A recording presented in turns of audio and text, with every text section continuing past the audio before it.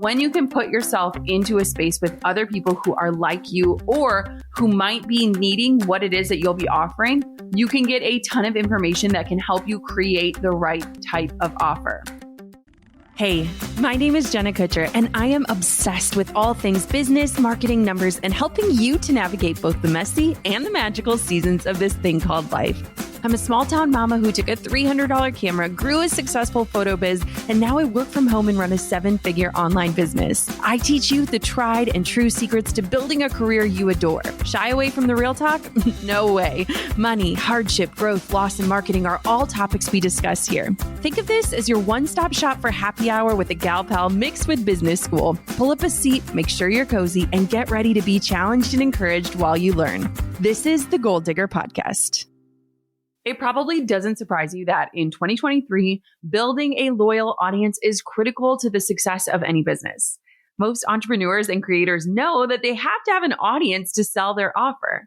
But what if I told you this, that before you even have a product or service to sell or your next offer created, you can and you should start building your audience. In fact, doing so can help you better understand your target market, build relationships with potential customers, establish your credibility, and ultimately increase the chances of success when you do go to launch your product or service or offer.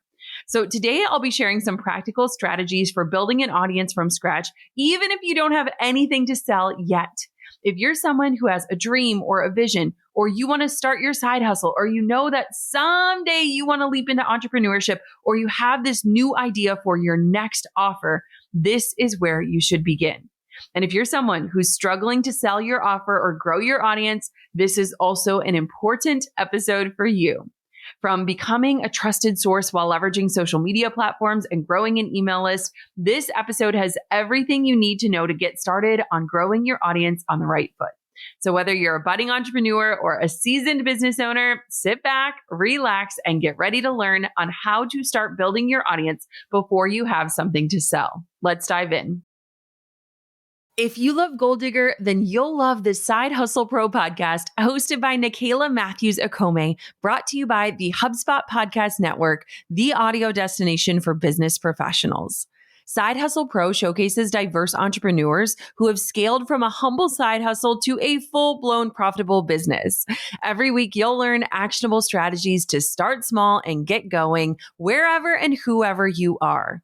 In Nicaila's recent episode titled How to Make Content for Your Business in Less Than 1 Hour a Week, I learned so much about how to optimize recording sessions to get content done quicker, as well as new content creation tech and tools. You have to tune in. Listen to Side Hustle Pro wherever you get your podcasts. This episode is sponsored by Haya, the pediatrician-approved super-powered chewable vitamin that my kiddo loves. Head to hayahealth.com/goaldigger for 50% off your first order and get your kids the full body nourishment they need. So why is building an audience so important? Well, a lot of times we spend so much time and energy and money on the actual offer itself, the product or the service. And we have this belief that, like, if I build it, of course they will come. But the truth is that is not usually the case. Now, it doesn't matter what stage of business you find yourself in, having an audience is what is going to lead you to results. But the truth is that audiences don't just happen. They are grown and fostered and served over time. So what better thing to do than to start today when it comes to thoughtfully and intentionally building your audience so that when you do have something to sell or an offer to present, you have an eager list ready for you to launch to. So where do we begin? I want you to first think about how you can start sharing freely. If there is something that you are loving, something you're curious about, something you're building, you're trying, you're learning about, start sharing that. Do not make the mistake of thinking that when you have a business or when you have a product or when the service is ready, then you will start talking about it. Start now. Let people into the journey. Build trust now. Have you ever experienced this thing that happens when out of the blue, someone probably from high school slides into your DMs and they're selling you something that quote unquote changed their life? But for you, it's the first time you've heard them ever talk about it. It's kind of like whiplash, right? You might be curious, but you're already doubting, is this true? What's in it for them? What is this thing that they're telling me about? That has happened to so many of us. And when you think about it, it's because they weren't talking about it before. You're like, wait, if this changed your life, why are you only talking about it now? I have this philosophy around this idea of breadcrumbs. I want for you to share your passion or your curiosity and tell this through line that makes sense to someone and helps build their trust before you have anything to sell. Take people on the journey. And oftentimes the journey itself is more inspiring than the outcome. So what I think happens oftentimes is that people wait until they have it all figured out, right? They're like, I'm going to show up once I have the website or the sales page, once I have this perfect product or service. But when they show up, people are like, wait, I'm so confused. Like, when did this happen? What was going on? Let people in on the journey. One thing that I often laugh about, but now I'm like appreciative of the former version of me, is that when I was starting out and building my Instagram following, I was not an influencer. No brands were paying me, nothing. I would just share what I bought all the time. If I were to go out and buy something, I would share, here's what I bought at West Elm today. Here's what I got at the grocery store. Here is the couch that I got from Slumberland. And I would take the brands and I would talk about these things. I did not have affiliate links. I didn't have anything. And I loved just letting people in. And that unlocked this whole different influencer world for me because these brands started paying attention and people started buying the things I was recommending. And all of a sudden I have proof that yes, I am influencing people in their decisions. I want and still want people to trust my recommendations, whether there's a commission attached or not. And so I want this example to kind of show you, start talking about these things, start sharing these things, be a trusted resource, because then when you do have something to offer, people are going to be like, oh my gosh, yes, this makes total sense. Another example of this is when I launched my How Are You Really journals. If you don't know, I have an amazing 5-minute a day reflection journal. I use it. I love it. I created it out of a need. And I was just journaling in an old notebook. And then I created a process around that. Then I started talking about that. This is before I ever had a product to sell. And so when I had my journals, people were like, finally, like it's about time you've been talking about this. And so I want for you to kind of understand and see how letting people into the process and just sharing where you're at and what you're learning, what you're curious about, or what you're working on allows people to kind of come down the path with you. This makes so much more sense for people, and it creates this story, this through line that is easy to follow and that people trust. So start sharing today. Now, the next thing that I want for you to think about is to identify who your ideal audience is. Who is your target market or your avatar or the million other ways to talk about them? When we start with the basics of understanding who it is that we want to serve, we are able to create the right products, the right services, the right messaging. So maybe you're listening to this and you know that you want to start a new business or you want to develop a new product or an offer, but maybe you're not ready yet. Perhaps maybe you need to create your website to showcase what you do or get invoicing software to take care of payment. Maybe you're in that logistics phase. Just because you haven't launched your business yet doesn't mean you can't start making moves. But first, before we make those moves, we want to start one, sharing very authentically, and two, identifying who it is that we want in our audience, right? We're talking about building an audience or creating a community. We want to know the types of people that we want in there so that we can be perfectly positioned to have the right people in the right places, people that are going to love what it is that we have when the time comes that we do launch. So here are some ideas in terms of identifying who is this ideal client. So one, conduct market research. I know this part sounds really boring and you're probably prone to want to skip this, but it is so important to see what is already out there. Look at the industry, identify trends, try to notice customer needs or competition, read reviews. This is going to give you a much better understanding of the market as a whole and also help you understand what types of clients or customers that you want to work with that you can speak to more directly. Next, we've talked about this on the show before, but create an ideal client avatar. I hate the word avatar. Create an ideal client profile, like whatever that looks like. But for me, this was always a very ambiguous exercise. I didn't fully understand it. I was not great at like inventing an imaginary person. And this whole exercise transformed for me when I finally started thinking of one of two things. So if you have an existing business and you've had someone that you loved working with and they loved you and it was just this match made in heaven. It made you come alive. This is exactly why you started doing what you're doing. If you have someone that you've served in that way with your business, write and think about them, that singular client, that experience. Now, if you do not have a business yet, or you're in that dream up phase, I want for you to think about this. If you follow people on the internet, think about like, who would be your dream partnership? Like if there was someone that you would just die to work with, who would that be? And kind of identify specific information about that person, maybe gender, income, education, lifestyle, family, location, any of those things.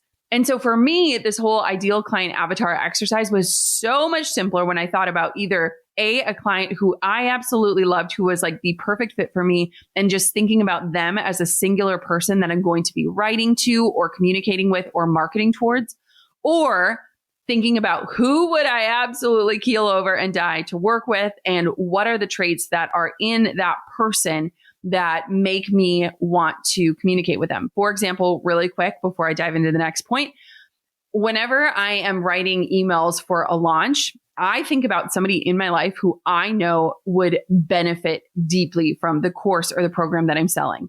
We recently did my Pinterest lab launch and it was amazing. And as I got to the final day and I was writing like our cart close emails, as in like, you're about to miss out, I literally visualized my friend Sarah, who would crush it on Pinterest. I have such conviction that Sarah needs to be on Pinterest. And so I literally crafted an email in Gmail to Sarah, standalone, just Sarah, about why I didn't want her to miss out before the doors closed. That is how having these customer profiles or these singular people in our minds can totally transform the way that we write and communicate. And it can kind of take away that like mass marketing feel that we often feel when we feel like we need to talk to everybody and anybody. So this is why this is an important step. And the final tip in identifying your ideal client is thinking about like, what are their pain points or challenges? What are the questions that they're already asking inside of their own heads? What are the things that are holding them back from getting the results that they want? And so just thinking through like, what would their objection be? Like if I offered them this thing that I want to create, what would they say to me in terms of like why they can't do it, right? Because there are many pain points and objections that are so natural. But when we can start to think about showing up and serving people and understanding who it is that we want to serve and how we can already show up of service before we even have something to sell, that can totally transform how we feel about showing up, but also the experience for the people that we are showing up for. And I always think when it comes to audiences and community, it's not if you build it, they will come. It is if you serve them well, they will invite others to join. And I love that. So the next part of this idea of building an audience before you have something to sell is I want you to get creative and be willing to experiment. Experimentation is a huge part of my philosophy in business. And I think that oftentimes we forget that it is good and worthy and fun for us to test out different ideas. Before you get too deep into your business or starting your side hustle or creating your next product, I think it is such a great idea to poll or survey or test different offers out with any audiences that you already have or with people in your ecosystem within your community so that you understand and can create something that people will truly want and need, and not just want and need, but be willing to pay for. A lot of times we will get information from people who are like, oh yeah, that sounds amazing. But when it comes time to hand over their credit card, they might be reluctant or they might just flat out say no. And so I want to stress the importance of testing out different ideas. So here are 3 different ways that you can test the waters with different ideas that can get you started in the right direction and make sure that what you are building is something that people are actually willing to pay for. So first, ask 3 people who are really close to you and who know you well. Literally, like ask people in your world, whether it's your mom, your sister, your best friend, your spouse, whatever. Ask them this. If you could learn anything from me, or if you could see me as an entrepreneur, what would you see me doing, teaching, or creating? There's an even more watered down version of that question where you could just say, what 3 words do you think of when you think of me? Or you could ask them, when is the last time you saw me light up about something? Because oftentimes the things that we are super passionate about can really lead to incredible products. But gaining insight from people who know you best might allow them to speak into you in a way that gives you clarity or that inspires you. Oftentimes we are way too close to our own genius to even see it. And we tend to overcomplicate things. I'm grouping myself in with you. We tend to overcomplicate things. And so getting simplified answers from people who truly know us can be super helpful as you get started. I'm thinking of like my 3 college best friends, for example, and there are certain things that each of them do incredibly well that I would love to learn from them about. And so oftentimes just offering this to other people can be such a gift as well, but asking for it can be a really great way for you to start to gain clarity and get insight. Another way that you can test out or experiment is to start sharing different types of content online and see what resonates the most. Now, even if you have a tiny audience, you will start to see data and trends that can maybe help guide your next steps. I would say that the sweet spot is when you find things that you absolutely love sharing about and that generate interest or curiosity or give you feedback. That is golden. You don't just want to create something around what is going to, quote, do the best, because you might lose your passion in that. But where engagement and passion intersect, that is the sweet spot. And so test out different ideas, start talking about things. Put up a questions box on Instagram. Like, what questions do you have about this? Even if you have only a few people that are following you, if you are starting to strike a nerve or starting to share a little bit more, it can be a huge way for people to start engaging with you and feel comfortable in that engagement. The third way that you can test different ideas out or kind of get a feel for the lay of the land is through joining forums, Facebook groups, or communities online and start sharing and asking questions. We have an incredible community online, the Goal Digger Podcast Insiders Group, which you can join. We will put the link in today's show notes and show descriptions. But when you can put yourself into a space with other people who are like you or who might be needing what it is that you'll be offering, you can get a ton of information that can help you create the right type of offer. It's no secret that business owners are under a lot of pressure right now. We're pressured to get more leads, close deals faster, get better insights to create the best experience for customers, and so much more. So, how do we manage it all while still ensuring the best customer service? That's where HubSpot comes in. HubSpot is a customer relationship management tool that is easy to set up, intuitive to use, and customizable to the way that you do business. Drag and drop your way to attention-grabbing emails and landing pages, set up marketing automation to give every contact white glove treatment, plus AI-powered tools like Content Assistant mean less time spent on tedious manual tasks and more time for what matters most, your customers. HubSpot has all the tools you need to wow prospects, lock in deals, and improve customer service response times. Let HubSpot take the pressure off your shoulders and get started for free today at HubSpot.com. Something that's on our daily routine is taking vitamins and supplements, and that also includes our children taking vitamins. Their favorite is Haya. Haya is a pediatrician-approved super-powered chewable vitamin. It's formulated with the help of nutritional experts and pressed with a blend of 12 organic fruits and veggies, and then supercharged with 15 essential vitamins and minerals, including vitamin D, B12, C, zinc, folate, and many others to help support really important things like immunity and energy, brain function, mood, concentration, teeth, bones, and more. Now, the best part is they're non-GMO, vegan, dairy-free, allergy-free, gelatin-free, nut-free, basically anything you can think of. Haya fills in the most common gaps in your kids' diets to provide the full body nourishment they need with a taste that they love. Plus, they're shipped right to your door, so you have one less thing to worry about. Save 50% off your first order. Head to hayahealth.com/goaldigger to claim this offer. It's not available anywhere else. Again, that is HIYAHEALTH.com/goaldigger and get your kids the full body nourishment they need. So now that we have talked about this idea of showing up while you're in the process and identifying who it is that you're going to be speaking to, as well as experimenting and gaining insight, let's talk about building a true platform. Now, a lot of times people will tell me, they'll say, Jenna, if I had your platform, I would use it to talk about X, Y, and Z. And usually these are things that are close to that person's heart. And I always get so frustrated when people say that to me because you don't understand. I got my platform because I was showing up and talking about what mattered to me, even when nobody was listening. You can literally scroll back, and 7 years ago, I was talking about things like body image, or, 5 years ago, I was talking about trying to grow our family. Like, the things that I am talking about today have evolved, but they are still in line with what I started talking about. And that was how my platform grew.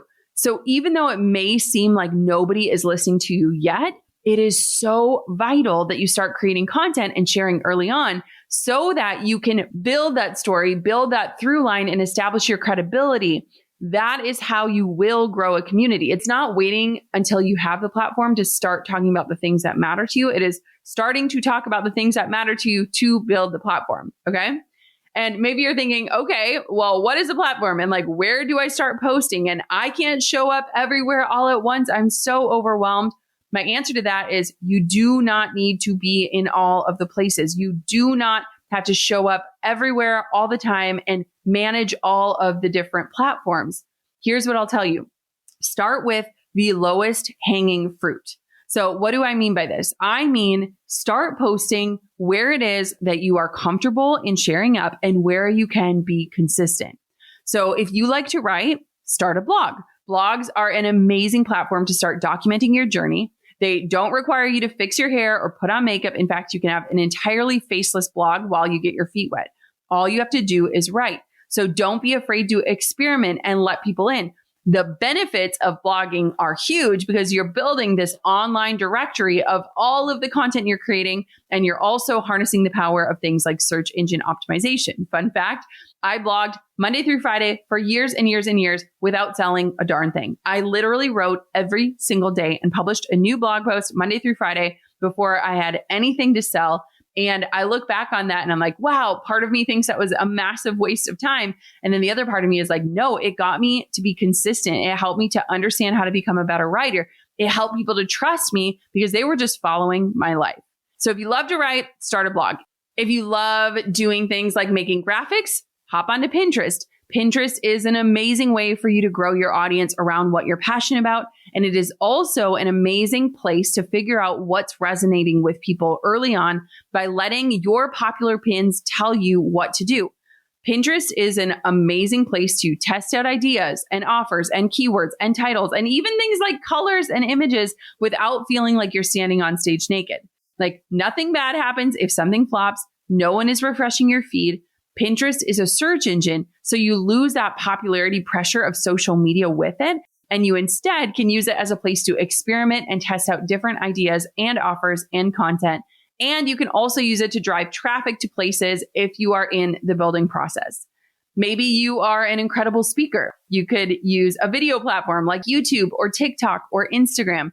Video is an amazing way to get comfortable with talking before you have something to sell. And it is an even better way for your audience to know, like, and trust you. If you are someone like me who is currently recording this with a dog in her lap, PJs on, a top knot, and glasses, I love podcasting. It is so easy for me to sit down and hit record. There is very little production value, and I love speaking. I laugh at the fact that I told my brother I could never do a podcast because I'd run out of things to say.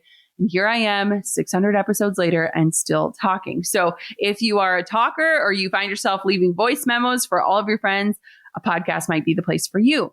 Now, the point is that you just need to figure out where it is that you can show up consistently and to build that consistency, because consistency breeds confidence. And when you start to get confident, you can become unstoppable.